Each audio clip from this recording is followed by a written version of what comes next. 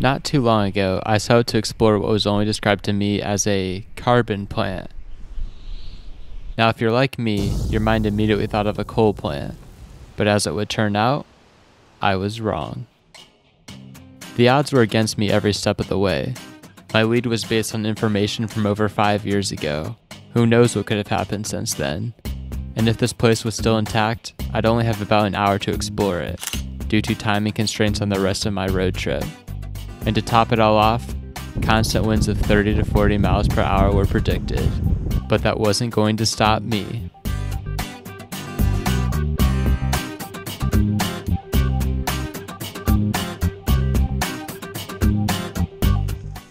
As I stepped into the building, it was clear that little more than birds and a growing collection of tumbleweed had inhabited this building for quite some time. I squeezed past a wall of tumbleweed, entering a room full of lost treasures from another life.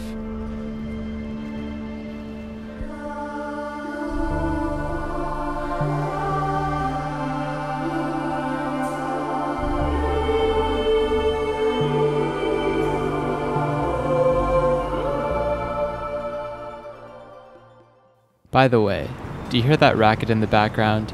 I wasn't kidding about those 30-mile-per-hour winds. So whenever you see a scene like this, just know that it actually felt like this. Anyways, back to the video.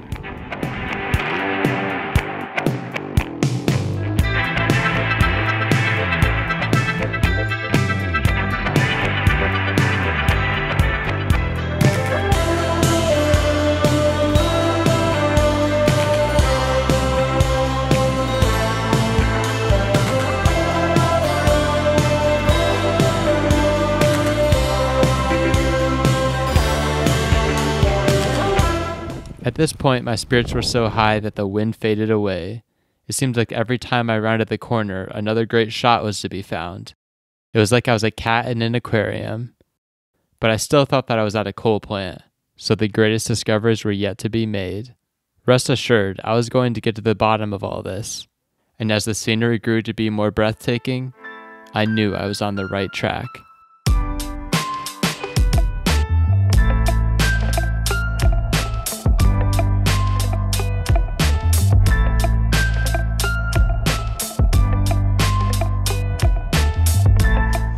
But even with the important quest at hand, there was always time to check out another colony of tumbleweed.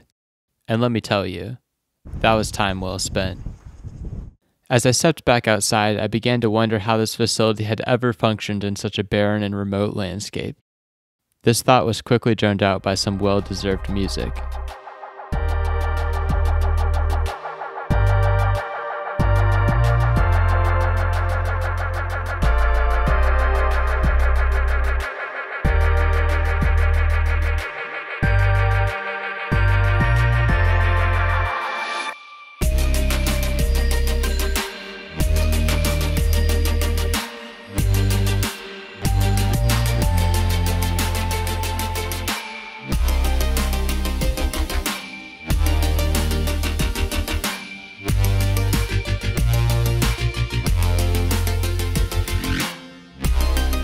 I was quickly brought back to reality by the first sign of life I'd seen since arriving here.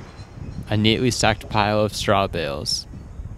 Looks like a farmer was making use of this building for some long-term storage. Although I still was able to make some cool finds.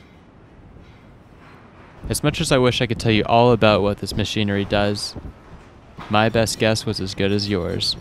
It was beginning to feel like the more I saw of this place, the less I understood it.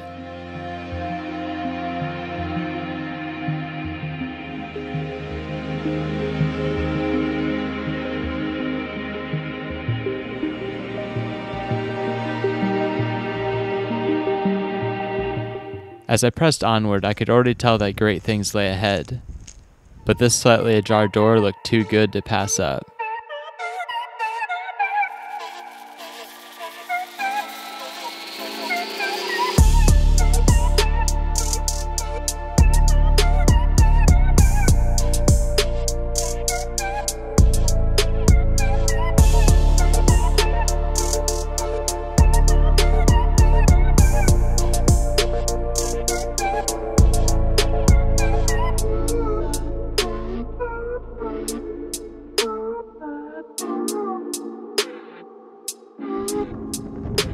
With how well that detour turned out, I also decided to check out this cozy little homestead.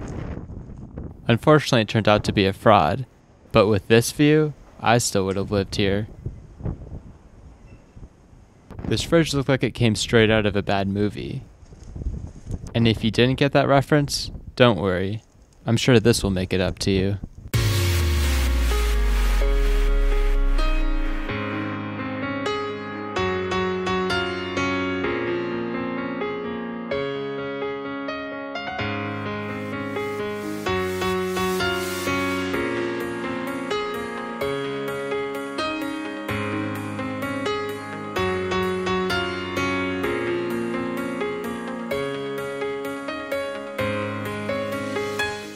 As I stepped into this building, I was disappointed by the lack of tumbleweed, although this wall of circuit breakers mostly made up for that.